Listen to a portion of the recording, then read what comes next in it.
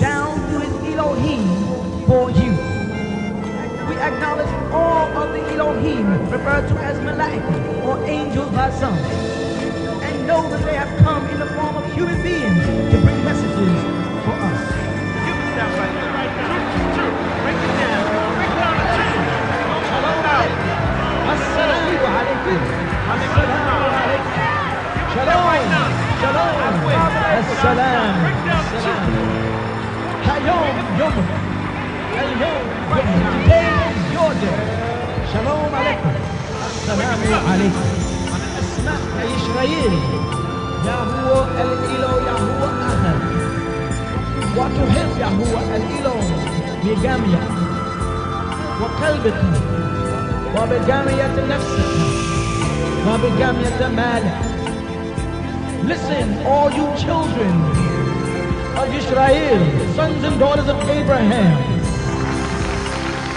He is who he is, Yahuwah el-Ilo, and he is alone and has no partner. And you are to love Yahuwah by using your whole heart and by using your whole spiritual being, strength and power.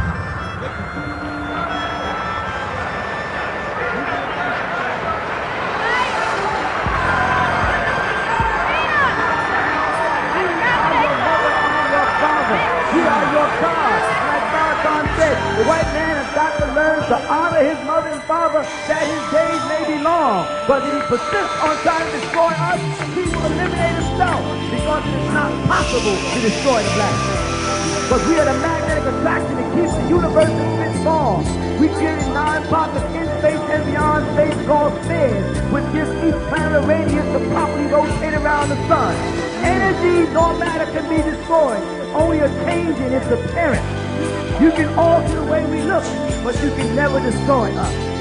We are the mothers and fathers of this planet and many other planets. We built the planet, we built the pyramids. Don't you understand that? We know the secrets of the Sphinx. You don't. Listen, but when the white man goes back to Europe, you know what he does? He takes something. He takes the education he got here, and he takes it over there and develops over in Israel. Black men go over to Sudan or to Egypt or whatever, and they go on a tour, and the moment they get over there, they're acting like Negroes. When you go back, you gotta go back right and with something to give. You understand? Yeah. When the white man says, get out of America and go back to Africa, y'all with me? Are y'all listening? Yeah. When the white man says, niggas, go back to Africa, say South Africa. They sent us back to South Africa where the gold mines are. Don't send us to no desert. We're not going. If you want to go home, go somewhere where we can benefit from our presence. Don't go there and become another burden. You follow what I'm saying? Yeah, definitely.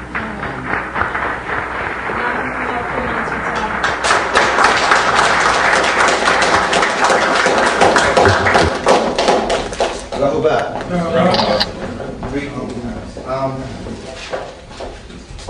Originally, I had planned, or we had planned, a seminar on the influence of the scriptures of your African culture. Your African culture. No family, it's no stuff that a lot of us know. So what we decided was we were going to push that to another week, and we just do a nice, basic question and answer class. Do we study that? Yeah, we should. Okay. All right. Therefore, if we study them, we must have some questions. Yeah. Unless you don't have no questions, then I'll sit down and ask you something. I got questions. All right. So if you've got any questions, I'll try my best to answer them. If I can't, hey, I'll put it out there for someone who can. Any questions? Do we have one? Okay. Let me start. I got a question. I was going to ask a question. Can you give me the difference between the two Torahs, the Torah of Moses and the Torah of Abraham? It's in the language when you're saying the Torah of Moses and the Torah of Abraham. What is the word Torah? Torah just means law. So when you're saying the Torah of Moses, you're saying the Torah, it means the 5 books that were given to Moses, according to the scriptures. When you're saying the Torah of Abraham, you're saying the laws that Abraham followed. So you're talking about the rights that Abraham followed. So what Master Teacher is saying is that the laws that Abraham followed, when you read within the Torah, you read that there was, for instance, circumcision. Right. Like, that was one, right? Right. That was given to Abraham. Right, exactly. So that's what he was talking about. He wasn't talking about there's a book that was given directly. Then when you look at the Suhuf, Right. then if you read the Suhuf of Abraham, Right. that was also in the laws. You understand? Yeah. It's actually in the word. They trick us by the word. So when you say the Torah, you're saying the laws. Now, Moses, the laws of Moses. Is it mainly family here? Yeah. Yeah? Okay. Okay. Well, that means I can take to another instruction. Right. When you're saying Torah, when you're saying law, Moses, was there a Moses? Yeah. Was there a Moses? Yeah, there was. There was a Moses. Yeah? You sure? You sure? So is that Moses or is that not Moses? So was there a Moses? Because what you're looking at, remember, when you're looking at the Bible or the scriptures, you're looking at a plagiarized mode. Even looking at Abraham, was there Abraham? Yes. Who was Abraham? Abraham, okay. Was there a being named Abraham, really? No. The Abraham story is taken from plagiarized story as well. Of whom? Zosa. Zosa is one of the characters. The Phoenician stock was another one of the characters. When you understand the Zosa story and understand who Zosa was, what was Zosa? How was he look? Anyway. How was it what? How did he look? Was your dark skin way Tall. Once again, beard. When you look at the picture of Zalza, you will always see that Zalza had hazel eyes, not dark skin. So he was of a certain being. Which beings are these? The beings that you relate to him, we call them Procyon. He was of that stuff. That hazel eye is the same of saying, and he had reddish hair. That hazel eye, that reddish hair is the same as saying green eyes. Hazel eyes are your green eyes. The green eyes are your furball that was grafted by a set of beings. So when you go back now and you start to analyze, when you're talking about Abraham, you're really talking about the Phoenicians who traveled and went across a river. And then when they went across that river and entered into the land of Canaan, what did they say? They crossed over. So they called him what? The Hebrew. Abraham, Or this story. So they took that story and gave you an Abraham story. Do you understand? So the Abraham story is really a mixed-up story of a Phoenician story mixed up with the character Zauza, who did exist, right? And they played with and gave you that. The Moses story, again, is a similar story where they took the Moses story as well, because they also talk about Moses. There's a Thutmose story, the Akmos story, and they incorporated a few of these stories and mixed them together. That's why when you're looking at the Bible, you have to understand that the Bible is plagiarized tablets or Sumerian tablets or Egyptian tablets. The characters in there are not real. But by analyzing their names, you can work out exactly how the story came about. That's why the brother Howard Walter, I don't know if you've got the book over there, put out that book about Egypt, Sumerian and Egyptian realities. And when you look within that, you see that he breaks down the realities, and he also takes you to the mythology, because the master teacher, Malachi, made it clear that the mythology of the Bible is Greek mythology, Roman mythology, but really influenced by the Hindu mythology. Understand? And that's what you're looking at every time you grasp this.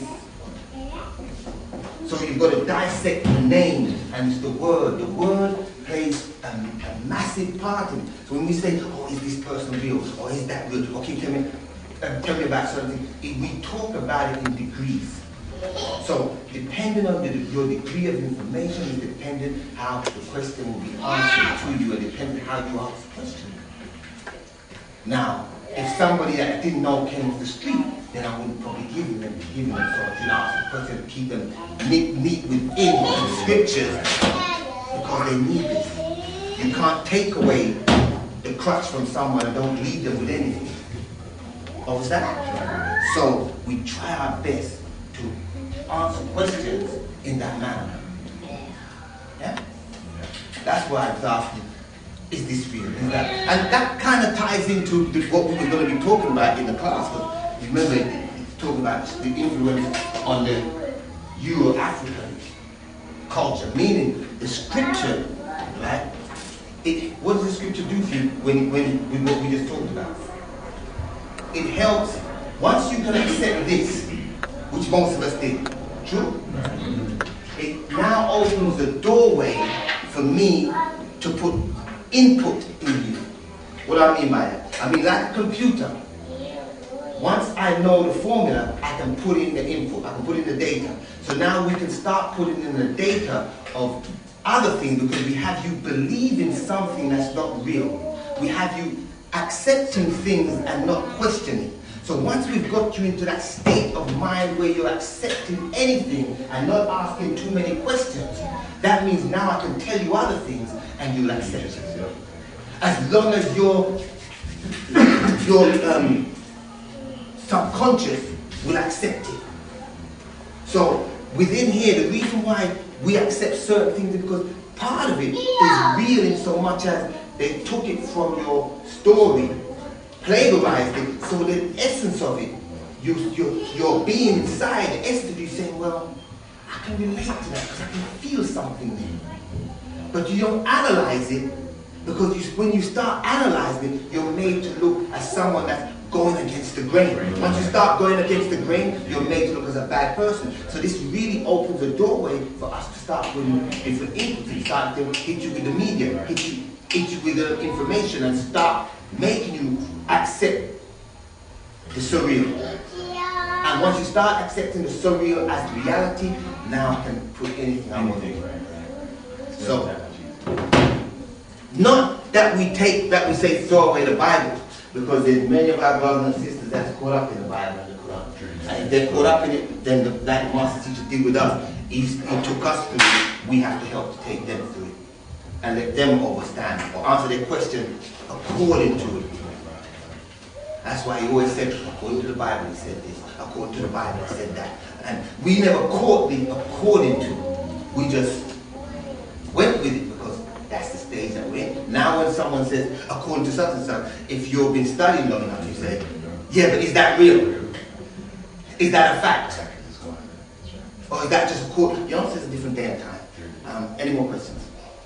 So, you say that so this is the process, is that like Satuk? So just yes. Same, so then how does Isaac and Ishmael play into their Okay. children? Well, who was Isaac? It's son of Abraham. Oh, I know. What's his name changed? Oh, Israel. Israel. Yeah, Okay. Okay. Now you say Isaac and Israel. Israel. Yeah. Oh, and Isaac's right now. You mean Isaac as Israel? Right, sorry. Or do you mean Isaac, Israel and Ishmael? What are we asking? Well, the two children, Isaac and Ishmael, said to be Israel and Ishmael. Right? Now, we were talking about this yesterday. How many children did Ishmael have? 12. 13. 13. How many children did Israel have? 13 as well. 13. Sorry, yeah. Is this a bit of a coincidence? They had 12 boys and One girl. is this a coincidence? No way. Is it just, and we just, yeah, they're 12 each. And one girl, it just happens. It's a mystic. Or is someone playing games with her? What's happening, when you go back in the tablets, you read about Enki and Enlil. And Enki would be considered Israel. and Enlil would be considered Ishmael. Okay. Now, when Enki and Enlil came here, they set up 7 cities each. Right? Those 7 cities were set up all over the world. The world as we knew, Earth. Yeah. Remember, Earth came from the word Iridu. Iridu means on from home. So the African continent and a little bit more, what we call Asia, was classed as Earth. Understand? Now, the Kishites left Enki and went and joined with Enlil. So we've got 14, right? The Kishites leaving Enki went and joined with Enlil. How many do we have now? 13.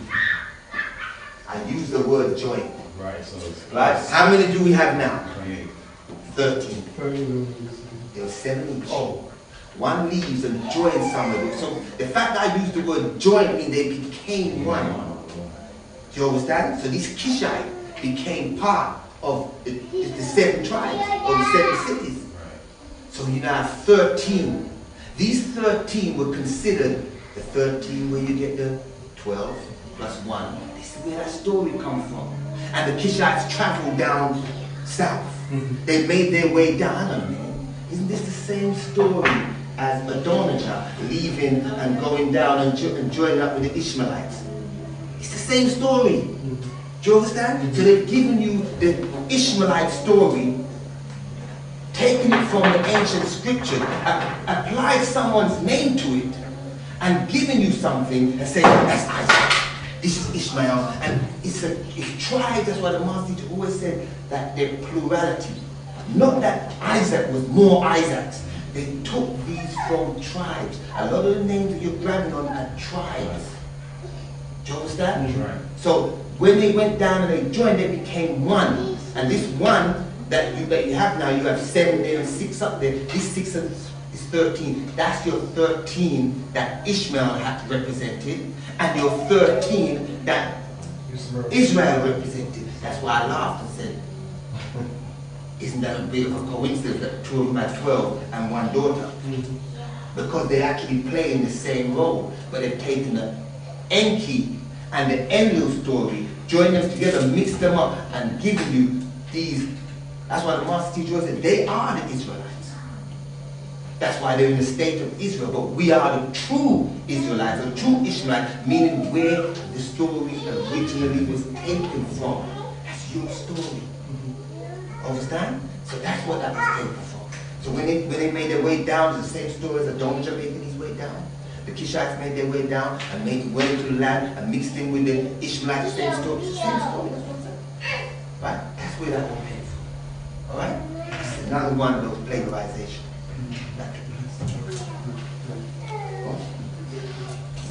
Got a question? Anybody else? So, see the meaning of life, is that something that you think you'll be able to tell from looking within yourself, or is it like First, what is the meaning of life? I don't know, that's another question. Anybody, what is the meaning of life? What's the meaning of I life? think if anyone in here really knew, it would be superior. Then I'm superior then. What is the meaning of life? We're all superior. What is the meaning of life? It is very simple. Don't make it hard. What reproduce? What is the meaning of life? Part of it. What is the meaning of life? To live. To live. To live, yeah, for real.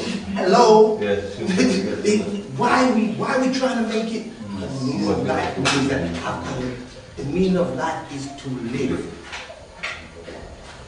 Now it's how you live. Do you understand? That's right. So when you talk about the meaning of life, now I've got to say now first, what is the meaning? Then what is life? What is life? What do we class as life? What does the master teacher teach us is life? Buddy. Who said it? Thank you. The burning that takes place in your chest as you breathe in the oxygen and the fire burns within, and that is life. So when that burning ceases to exist or to happen, or that, then you've entered into a change that we call death. Understand? So life is to live. Now, let's get back to living. The key is, one who said something about reproduce. The key is, that's everlasting life. That's what I said, that's kind of, because your life is through your children. Your everlasting life is through your children. You don't have children, you don't have everlasting life. We're all supposed to be reproducing to make sure that we have everlasting life. Because your DNA is passed on, and your DNA is passed on through that child, and their DNA is passed on, and it's complete DNA. And they'll tell you in science that DNA can't be changed. But hey, that's what it's been taught. Understand? Right. So as your DNA is passed on, that's you, or the soul of you, being passed on. So that's why they'll say that you have a link to your ancestor soul force. What's the ancestor soul force?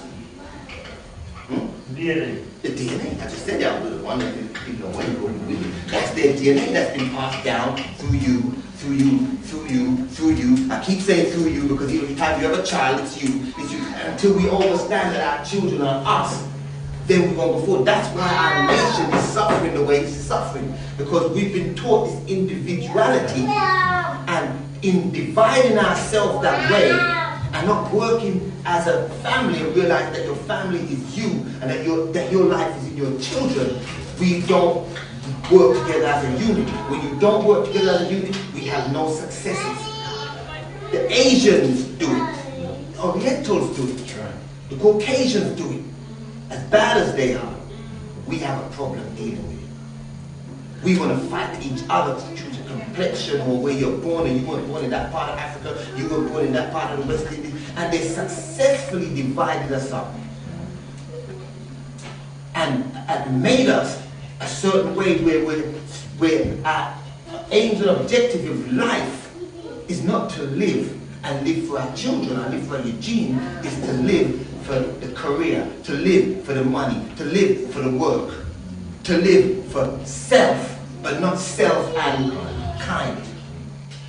So we leave the self and kind and focus just on self, and that in itself is bringing the death to you. Because here we are, most people, or a lot of people, going to work, studying hard, because we were trying to better ourselves, and leaving the children at the hands of the school. So when we ask, why is Mama saying the school or the shul or devil or hell? Because you put your child in a state of hell, and in that state of hell, right, you're not making sure that the child's going to make its way out of hell. So we think the teachers are there teaching the child to benefit your child, and they're not there trying to benefit your child. They're there trying to benefit themselves, because they're in the same rat race as you, meaning they're just working to pay their bills, no different than you. So then you wonder when your child grows up, how the hell school, the hell, how the hell did the child end up this way? How the hell did my girl become a slut? I didn't bring her up as a slut. How the hell did my boy become a killer? I didn't teach him that. No, you didn't, but you didn't teach him anything else. Because you were so caught up. So we have to realize that those children, we've got to put a focus on the children. Everything that the master teacher is teaching us is not for you directly, it's for you indirectly because of your children. We've got to make sure that we prepare for the day and time we're in. Everything he taught us about the ship is real. About us being raised up is real. About us leaving it is real. About the fight that we're going to be fighting is real. The war to come is real. All of that is real. It's real, but we've got to prepare for it. So, even though we're here and we can be talking about, how do you levitate? Teach you how to levitate. Levitate, floating around the room. Yeah, good. Tomorrow, back to work. Are you going to levitate and work? Is it going to put more money on your table? No. So you've learned to read minds. What's it doing? It's all part of what we can be doing. But the reality is, now we've got to teach the children how to survive in this chaos cycle that we're in. We're in a cycle of chaos, and the 9 ether beings in power, coming to power, and the 6 ether beings still have power. We have to take that power from them, and we have to be ready to take that power from them. And we ain't gonna do it. Question. Master teacher said years ago that your hair started to kink 17,250,000 years ago. That's when the 6 ether forces came down. How long do you think it's going to take us to reach back in power, in our full essence?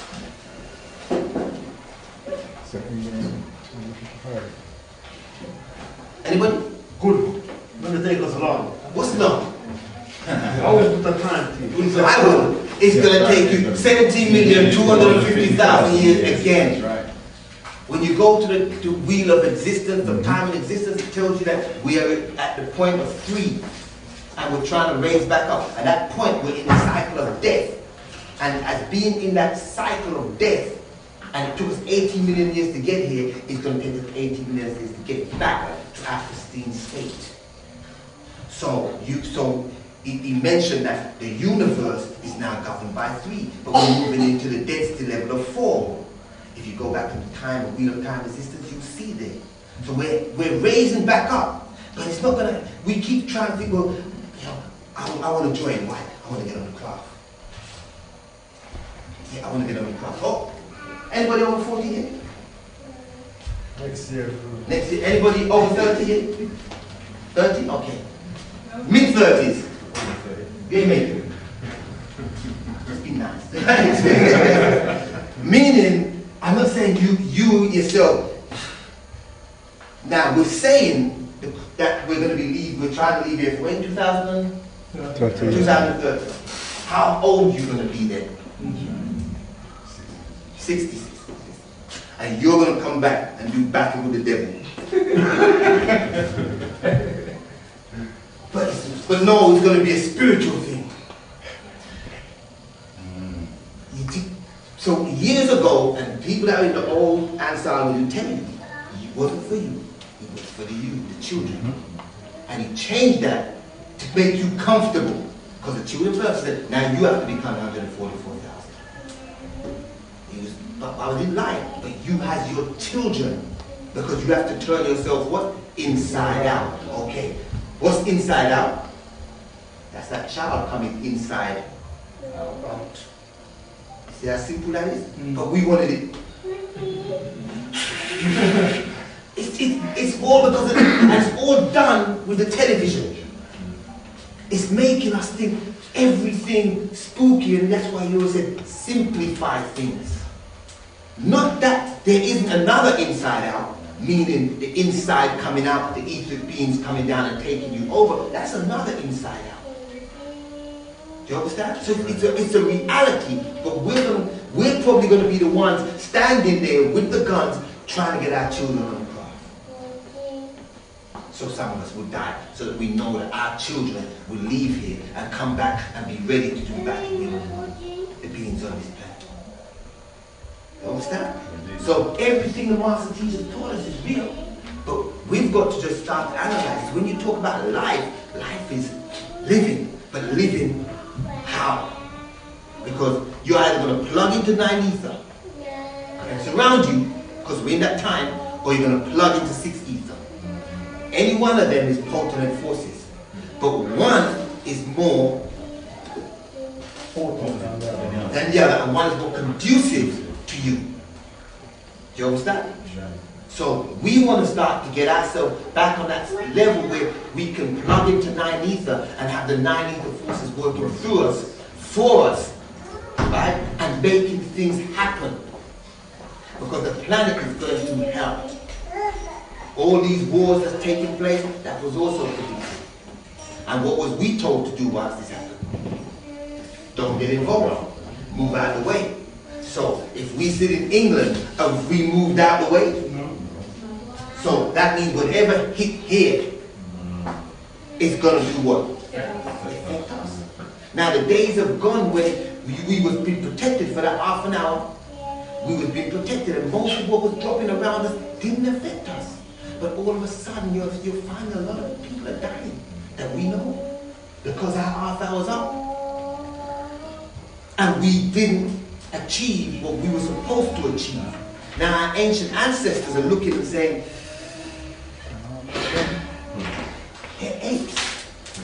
They move like apes, they think like apes, they behave like apes. Looks like apes. Understand? So we've got to stop thinking that way, stop moving that way, and start moving. Now how do we do it? For instance, we teach that the Caucasian doesn't think, he only reacts. We say the Hindu thinks and reacts, but we reason, think, and react. So my question is to you, how the hell did he think to put you in the situation you're in now? Well, it's not that we put ourselves in situations, but it is as well. In meaning, when you went into that cycle of death, every 25,000 years, Master Teacher broke down that there is 1 cent for you, just to make sure that you stayed awake.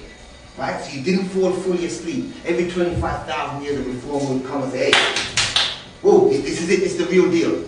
We forgot that and started to worship death. We're in the death cycle. When you became a Christian, what was you worshiping? Death. Death. Right? Who's that?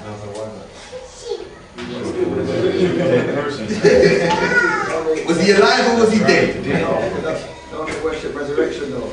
Yes, and that's death. So in all the rest of religion, when do you get to heaven? When you die. So you're worshiping death. Okay? Then you started to walk the street and people drawing pictures of like the trees, and you see when they turn in that yellow and orangey color? Nice, isn't it? You think it look good, isn't it? That's death. Right? So we start worshiping death. We start, oh, that tree looks nice. See that orange that's painted? That's death. So we started to praise death, and then to top it all, we started to walk and see the Caucasian. That boy look good. She wasn't, it's just a wrong. So you're worshiping death in all its faculties. And started to be, and once you start worshiping death, you start becoming death. Right. Do you understand? Right. So, in the worship of death, we start to fall. So yes, we fell. But they think in what they call thinking is, like to put it, how can I put it this way? Let's take the atomic level. When does the periodic table begin? What's the lowest, what's the smallest atom? Hydrogen. So that's where anything physical begins, right? No. Because you have the subatomic particles, right? Now they're telling you they can weigh the quarks. So now that they've got a weight to the quark, now as the quark now become a physical object, we can weigh it. So we've gone beneath that. Why did I give you that example? I gave you that example because we put a point of cut-off here and this became that. So to us, the way the Caucasian behaves is not classed as thinking to us.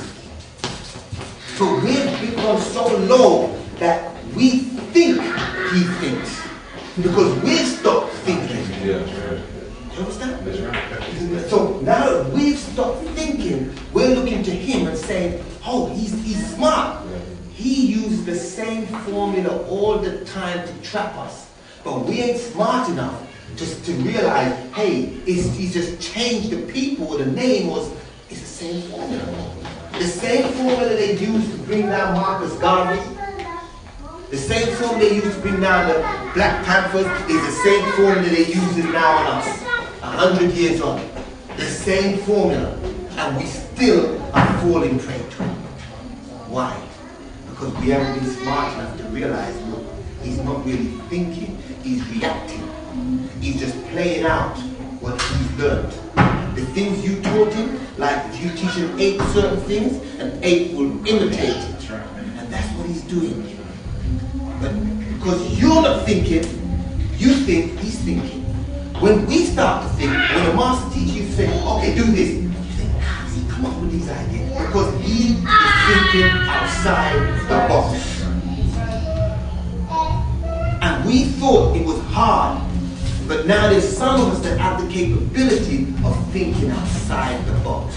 And we have to start realizing that there's more to what we're trying to do. And when we start doing things that are outside the box, everybody thinks you're too radical or you're going against the norm. Oh, what do you think the box is? The box is what you've been taught. Like, if somebody said to you before, within subatomic particles, there's other subatomic particles. Would you agree with that? You hesitate. Why? Why? That should be straight up logic. That's straight up logic. That's straight up logic. I wouldn't even think twice about that. That's straight up logic. Everything within the universe replicates itself. You shouldn't have to stop and think, I wonder if it is. That means now you're hesitating. That means there's doubt. Where there's doubt, there's problems. You understand? You're supposed to know this. These are basic stuff. We all know it. The universe replicates this.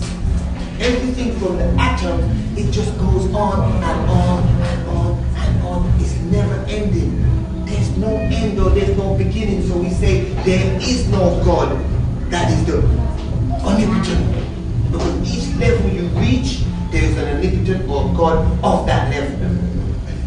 But we get so caught up on, I want to meet the God that did the original, the first. Year later, first.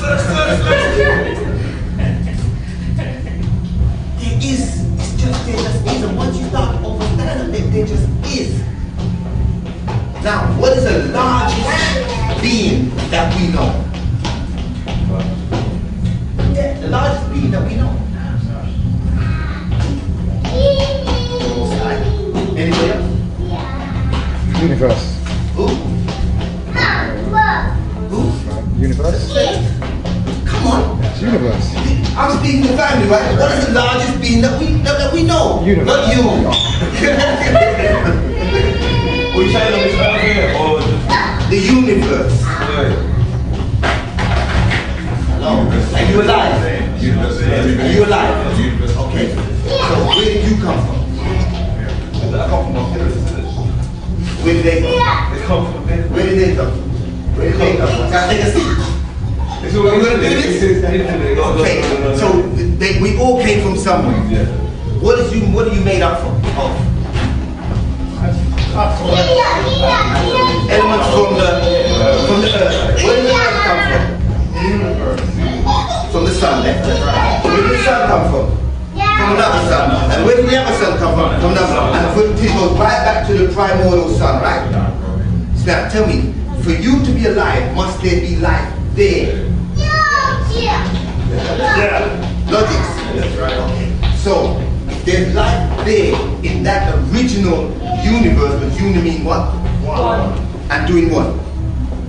Spirals. Okay. Right? So therefore, if there's at one point where we're all in that one universe, that means that was alive.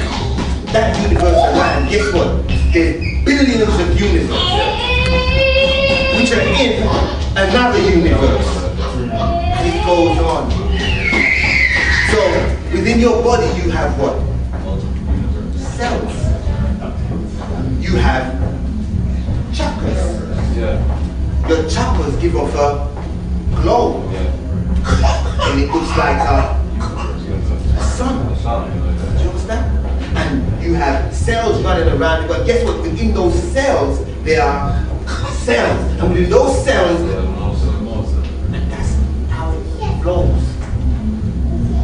So once you get an understanding of how things flow, then you realize that I'm in the love of all, and all is in me. So all that exists in the universe is happening inside of you. So once you understand the universe, you should understand self. Once you understand self, you should understand the universe. That's why our ancestors said this is really simple, but you lot are so caught up on long words that came from some Latin languages, right? Where someone found a word, or someone decided they found an element. Like Einstein, when he found his element, what did he call it? Einsteinium. Einsteinium. Number 99. Me. It's named after me. We say Einsteinium. He found it. So was it there before? Yes. Do you understand? And it's always been. It's just that. Once you start to realize the simplicity of life, and that everything is in a balance, and you start to balance yourself out, and we can become in tune with the rest of the universe, then the universe will open up for you and start to work for you. Once you understand, when Master Teacher wrote down years ago, the three suns are lining up, and he gave us an example. He gave you, I say an example because a lot of people didn't fully understand it. The example was the sun in our solar system is lining up with the inner sun of the planet, which is lining up with the sun of you. Right. So these three suns are going to, and once that lines up, then an energy bulb will be shot through in the year 2000, 2050, May 2000, and the planets will be lined up simultaneously, and that energy will pass down. May 2000. Right. And then once that happens, ancestors will start working. Is that when the vortex opened up? No. Or is that 2003? The vortex opened 2003. Is that 2003 gone or 2003 coming, which would be like 2010? 2003 gone.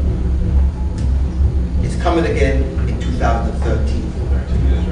Okay? So now, that sun, when he was talking about that sun, he was also trying to get into you about, if that happens there, it must happen there. So, there's a sun cycle and a moon cycle on the planet. Right? Every how much? 6,000 years. There's a sun cycle, a moon cycle, a sun cycle, a moon cycle. Now, one of these, 4 of these cycles, 2 moon cycles, 2 sun cycles, make what? An equinox. Right?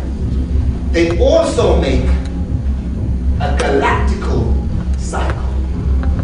Meaning, I've got boards, I can't do anything. Use your imagination. You've got 2 sun cycles, 2 moon cycles.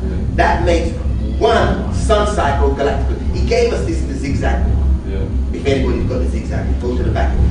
And then the next 4 would be a moon cycle. And then the next 4 will be a sun cycle, the next 4 will be a moon cycle, adding up to 12 times, no, 16 sun moon cycles, making 1 galactical equinox. Okay, you got that? And that 1 will be 1 of the universal cycles. Have you grabbed it? You got that? Yeah. Yeah? And then that happens, chunk.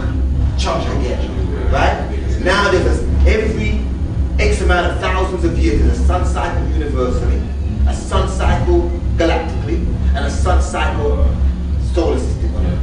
And that's about to happen again. There's your 3 cycles. And when that takes place, the gigi or the universe does a flip-flop. And now I looked in your eyes and realized don't go there, right? I told this to sir, right? The universe doesn't change, just leave it there. Okay? Go on. Alright, in the Bible it says like the universe has a lifespan of in and around 72 million years. Okay? So you had 17.5 million years for the cycle. Then also it says in 2043 when they have to leave because this universe is because of the flip-flop and they have to leave this universe. Yeah, what's happening is the doorways are opening 2043. After that, it's not going to open again for this universe, for this universe to survive. Okay. So they will never be able to get home if they don't make this one now. So their thing is this. We've come here because the 3 suns are coming here. And what's happening here is going to be flipping over in Ilion. So we've got to get over there to prepare ourselves to do 2 things. One of 2 things. Either we're going to come back here or we're going to leave this universe. What we have to understand is we all know the what was told about Saturn Arena. Okay. Yeah, solar. Yeah. No, your universe is made out of one solar system with 19 galaxies. Right? The 19 galaxies came from one solar system with 19 planets around it. When this galaxy, when this just a sun supernova, it sent the planets burning off into space, which eventually blew up. The planet here, created 200 million suns. That's in this galaxy. So let's not even begin to imagine how big that planet was. Right? Okay. That's created this universe, which is not a very massive universe. Alright? But that's what put this universe into play. Right? That happened 76 trillion years ago. To us, it's a long time. To some beings, it's not. Now, what happened to those beings when that took place? Do you think everyone just sat on the planet and just said, wow, the sun's got a supernova, let us pray to Jah. Let's pray to Allah. Or did they say, hell, there's a universe over there, let us go over there. So they went and they moved as the Igigi and stayed there till it was time. Until it was time for them to come back in here and repopulate it. 30 trillion years later. Understand? They came, populated, and waited for another explosion to take place, and they've just been dealing with it as it happens. To us, it's a long time. To them, it's not. It's like if I was to strike a match, it's quick, right? But if you was to live in that match that took, there's a lot of things happen on a molecular level. Yeah. And if you're governed by cycles, the amount of time these things are spinning around, and if you're governed by cycles, then you've got to remember, we look at X amount of cycle, 100 cycle of this sun, we say is 100 years, and that's a long time to us. But if you step out of this cycle, you're not governed by these cycles no more. So what is a long time to you in here is not a long time to you when you step out. So the universe lives I'll lower it down. Let's answer biblical questions. So. Yes. Second?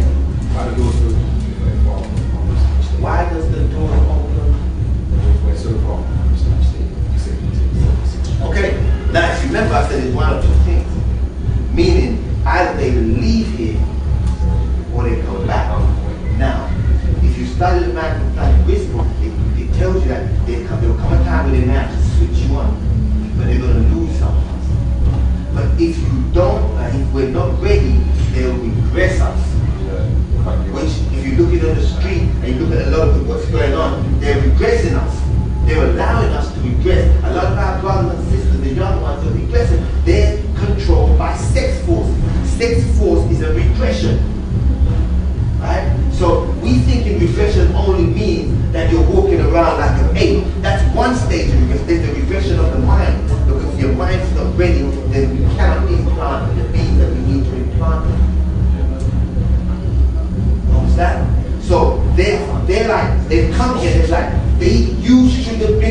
by now, but you're not.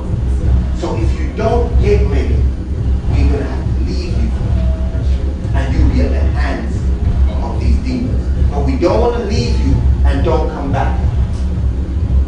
So if we have to, we're going to leave you and then we'll take another journey back 25,920 years from now. I'm going to shake his head. Too much time, right? And maybe then you might be ready. But if you're not, then we're gone. And that's it. And we're regressing now because, like I said before, we keep worshiping them. We're not elevating, we're not looking at what is life. We're not analyzing what is life. We're trying to work together. We're trying to create a family. Like a class like this with the subjects that we're talking on. But it's not your fault. It's just that the demon man has done such a great job.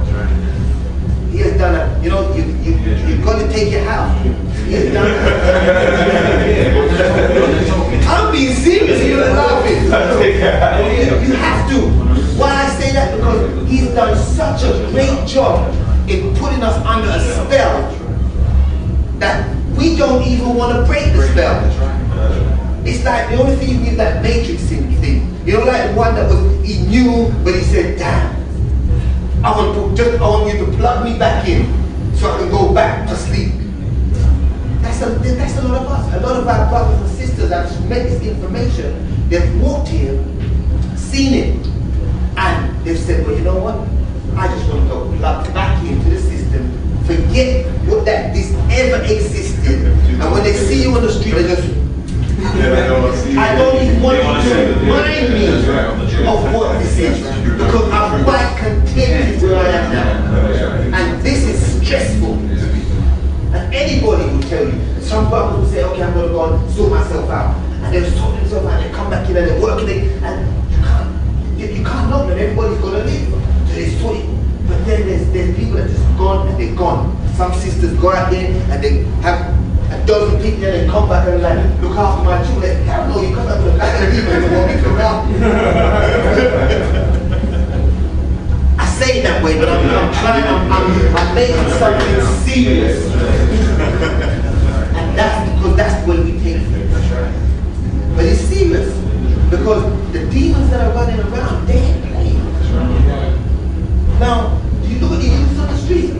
There was a time that when we was growing up, the elder came and said, stop that, stop that. We stop it. If you say stop it, they're going to shoot you or stop you. Me personally, when I said, oh, you, that's yours, I'm taking that. I don't want to, but it's safer to. Because they're not thinking the way we were thinking, because of the system that we brought down earlier. They're not been taught, they've not been brought up. They haven't been put in a custom where you respect your elders. Where someone can come to a human and say, we are the, stop that man. Now they're like, whoa. Right? And they'll be cursing you out and then you go, boom, and they all juke you up on God. And they feel dead. That's right. Because they've been given, well, they've been taught, by their Xboxes and all this to kill. They've been trained to kill. That's right. Right? And that's their thing, they've been trained to kill. And they see you as an hindrance, they will kill you. So we're regressing. So the only way we're going to be able to do this really is to take our children and take them somewhere else where we can teach them. Now everybody has their homeland, we have ours. We don't really want to go there because we believe the hype that's coming from there as well. You know what I'm talking about? Where am I talking about? Yeah. Most people believe the madness that they see on TV, that there's just famine and death, and that's not real. That's not that it's not there, but there's famine and death here too. But it stops you. But I've been there, and when I went there, and I remember the first time I went to Africa, Gambia I went to. Now the second time. I walked into a hotel, and white people was like, what are you doing here? I'm serious, they were like, you're going to come and start telling these people, we're having fun here. And it's true, because that's their playground.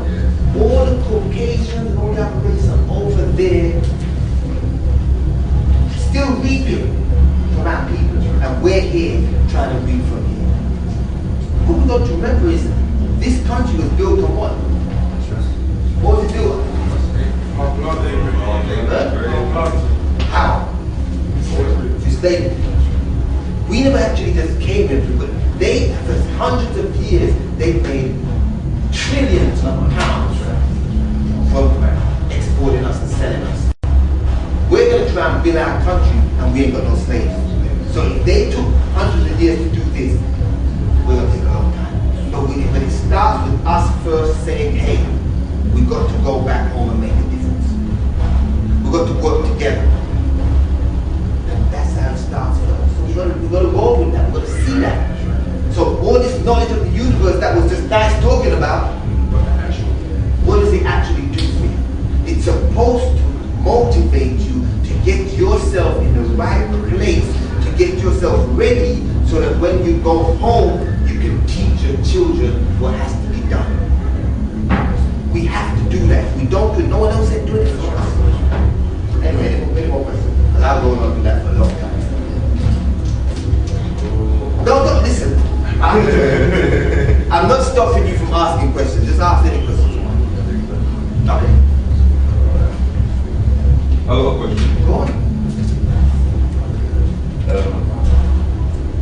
The master teacher know that he was going to be incarcerated. The master teacher said numerous amount of times that For so long. he said numerous amount of times that eventually they're going to come and take me away. Eventually, but he always said the one thing that will make me different from everybody else. I've left loads of books behind. I've got students ready to take over.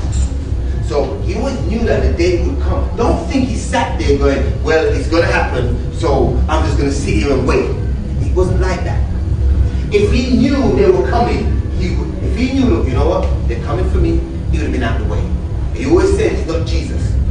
He's made it clear that that burden is too much for him to bear. And I'll be the same too. And you know what? We all have to be the same. We're no good to nobody locked up. Understand? So it's not a thing like, okay, he knew it was going to happen and he just sat there and just waited for it. No. He knew it was going to happen, but he realized that he was trying to save his people. So he stayed as long as he could, hoping, because he had already planned. People don't realize that year, right? He was planning a ceremony because he was telling the brothers, telling all the people that was close, I want you to bring your families down. Because this year, I'm going to... So, in effect, they had to take it out. And these are sort of stuff that he was planning. He was also planning to make a link between the city of Macon with Ghana, to have them as a brother and sister city. So that we could bring people from Ghana to Macon and have them working there and going backward and forward. Because it's one of the most peaceful countries out there. It's already stable. So that's why he chose Ghana. Ghana's stable. So he was looking at it that way. So there was plans that they were making towards Africa already. You know what I'm saying? That was at that point. Then he got arrested. He was looking into Liberia as well because Asaru is from Liberia. And Haru's father was in government. And he came over to the land, and as he sat on the land, he saw everything, and he said, look, why don't you take this back to Liberia? You could do this without no hindrance. So that was another thing that we had to do. And he made it clear that we're going to build Tamaray throughout Africa. Don't think Tamaray is just for one place and everybody's going to just murder. This is a tool. So the tool has to be wherever you are. So the tool is going to be placed in different parts of Africa to help retune our people. Now, they didn't tell you to go back home. Question, if they wanted you to go back home and they didn't care, why did they stop Marcus Garvey? Yeah. Why did they say, you know what, you got 7 ships, here's another 7,000.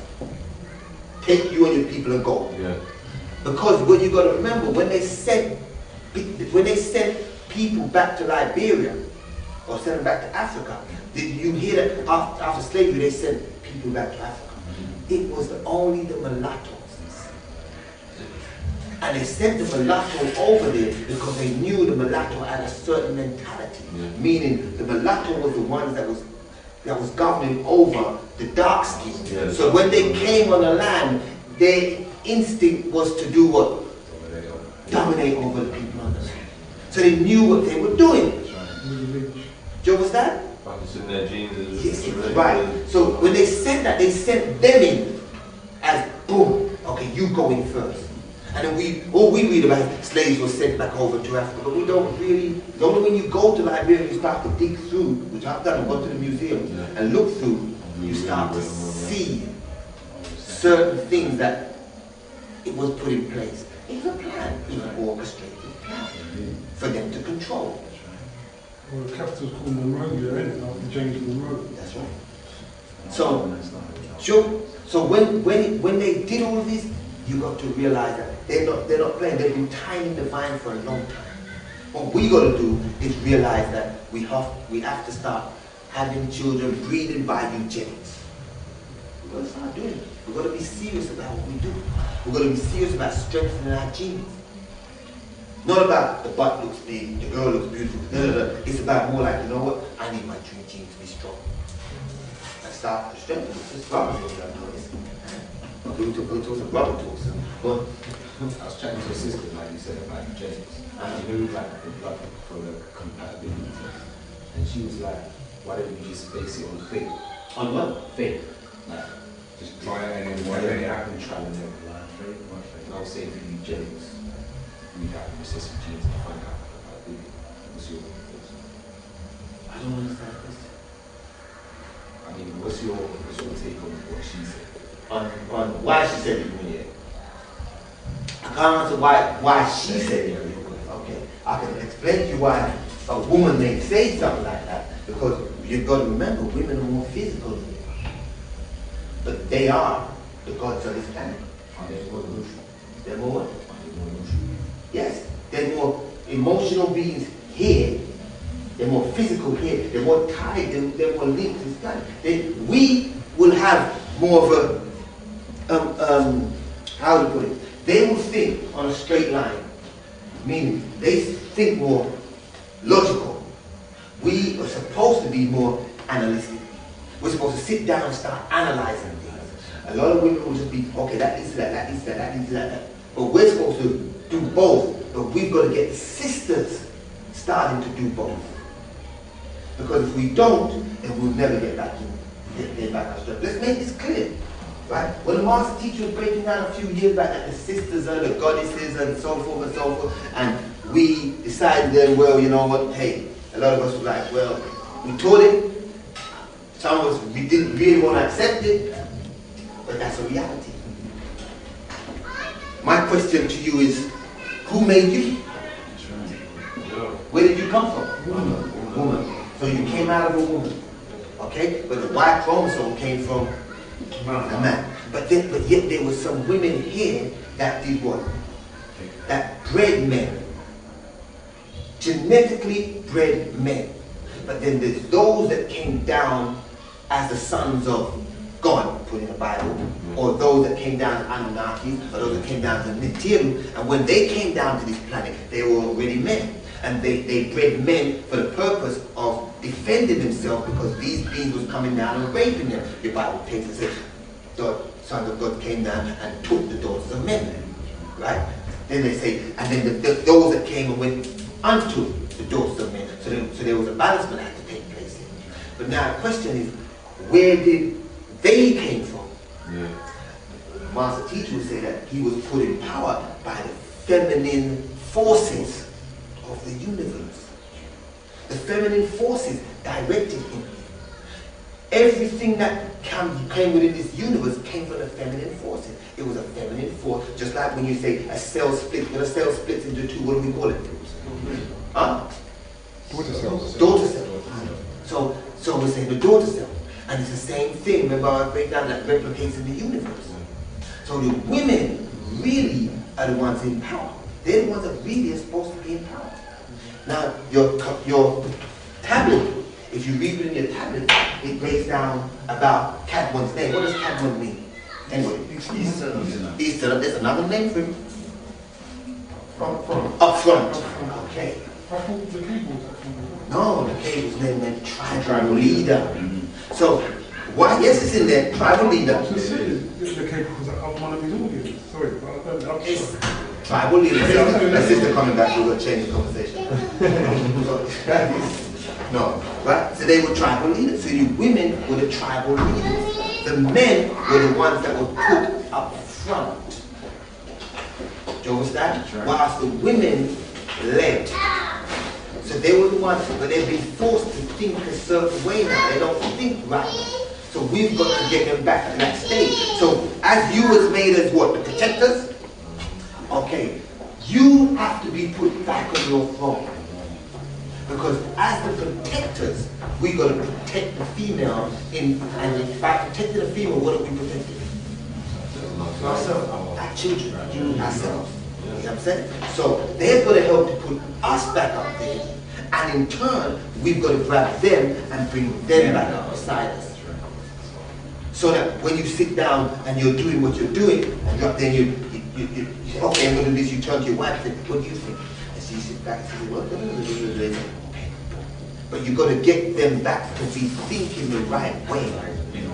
Because it's not about women ruling as the master teacher. Okay, women are the goddesses and women. Yeah, we're the goddesses. We run things. Yeah. We got next. Got what next? That's right. So they tripped out, never understood it. Master brought it back. He's coming back to that day that we can't fight nature. Okay? Remember that. We cannot fight nature. If you want nature to work with you, you gotta be in tune with nature. And that's what nature says.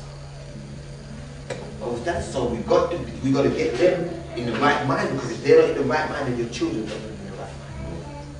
So we're gonna put them in the right mind, and they're gonna help you get back up to that seat when you will become the being up front that deals with all of the things up front, but then you speak to your wife. And even now, every man that leaves, they say there's what behind him? Woman. And he'll sit there, he'll go home and he'll sit with her and he'll say, what do you think? And she'll say, well, I think you should do because I don't like him. Yeah, I don't trust him. And I say, you got to watch the instinct of a woman, because it's women's intuition. So you got to, it's a part of it. You got to use both sides. So we got to put them back in their place so that we can hold us. And remember, we're the ones up front, and they're supposed to be the tribal leaders. Any more questions? Go. Huh? Break? Why? No, I don't take breaks. Unless you want me to take a break. If you want me to take a break for a reason.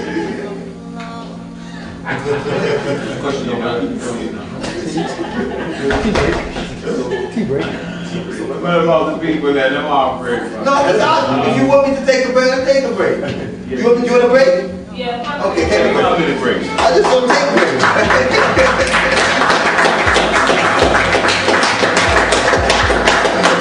He said, how did you know that you were naked? Did you partake of the fruit of which I forbid you to take? Shame, nudity. The devil taught us shame, and black people right now are ashamed to be who they are.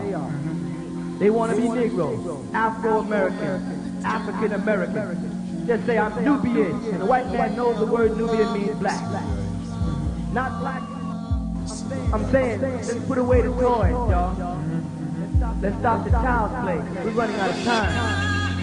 We're definitely running out of time. This man is spreading AIDS around this world and crap. He's trying to stop us, because it's time for God to rule the world again. It's time for you to come back to power. Like the brother said, Professor Chris, it's time for a black flag. You understand? I don't know where he's going to go, but he's going to have to get out of here. Because all he brings in is mischief and disease and war and hate and separation. Ain't no black people responsible for all the wars. Were you responsible for the bombing of Hiroshima and Nagasaki? Were you responsible for the Vietnam War? Who's the man who's responsible for spreading war all over the world? Who's the one who tested the germs that bred the AIDS disease? Black man or white man? Who's the one who's up in the mountains having sex with dogs called bestiality, which gave birth to syphilis and gonorrhea? White man or black man? White man. Why does the black man still love this thing? Why is the black man and black woman still trying to align themselves with this man? Now, I sound like a hater of white folks. Imam Isa hates white folks. It's not that I hate white folks, it's that I love black folks. And if I don't identify with myself, we are told we're going to be, and now we're going to be gone off this planet. He's trying to eliminate me. Black people are so busy trying to get the white man in their life. They love him so much. And like the Honorable Elijah Muhammad said, why they love the devil? Because the devil gave them nothing. The worse you treat black people, the more they seem to like you. Yeah. And now we're in a day and time where black people are still loving the white man while the white man is still killing black babies. Still abusing us, and they still trying to love him. And when you go up to them and you say, it ain't about love no more, it ain't about hate either. But to tell me that love conquers hate, that's not true. Love does not conquer hate. Solution conquers hate. And the solution is the truth. Knowing who you are will conquer hate. Because I can't teach you to hate yourself if you know who you are. So every time a black leader stands up in America and tries to tell his people who he is, whether it's the Honorable Elijah Muhammad or Montu Ptah or whatever, the white man encourages Negroes to eliminate him. How long is this going to go on? When are y'all going to wake up? And those in the room that I woke up, then I ain't talking to you. I'm talking to those people in there who came to scrutinize and came to criticize and came to look for the ball. Not the people in there that came to turn the lights on. Because the people in there that came to turn the lights on, you are part of the solution. Because you ain't falling for that. The black man in there that starts to see the black woman as attractive, you are no longer part of the problem. You are part of the solution. And you can write BET and say, and all these artists that you like, he comes on and puts on a video and asks, why is the woman all your videos got to be so light? And if you don't do nothing about it, there won't be no effect. If you stop buying that record, you ain't buying no DeBarge record. The DeBarge identifies with who he is. He's so crossed between the fence, he probably forgot what he is. That's real. Because nowadays, it's black and white, y'all. Y'all better wake up. Ain't about who is the devil. It's about who is not the devil nowadays. We got to find out who amongst us is not a devil. Because a whole lot of black people walking around who have given themselves to the devil and they call it being Christians or Jews or just being nice people. By telling me and you that all white people ain't bad. I'm not concerned with all white people and all white people not being bad. I'm concerned with the white people that have the power to miseducate our people. Man, we better start checking out who amongst us is sellouts, because we ain't gonna get another shot at this, you know. White man ain't giving y'all another play. Once he suppresses this, it's over. Once he can stop this, but fortunately for us, the Ansar Allah community pumps out documents and pamphlets and books and pictures and all kind of things to make us identify with ourselves inwardly first and then out. So even if he destroys the head, he can't kill the body. Y'all are the body. If he eliminates the head, the body's going to grow a new head. We ain't falling for his philosophy. Kill the head and the body dies. Not this time, because the body's healthy enough to grow another head. Your head is not a man, your head is a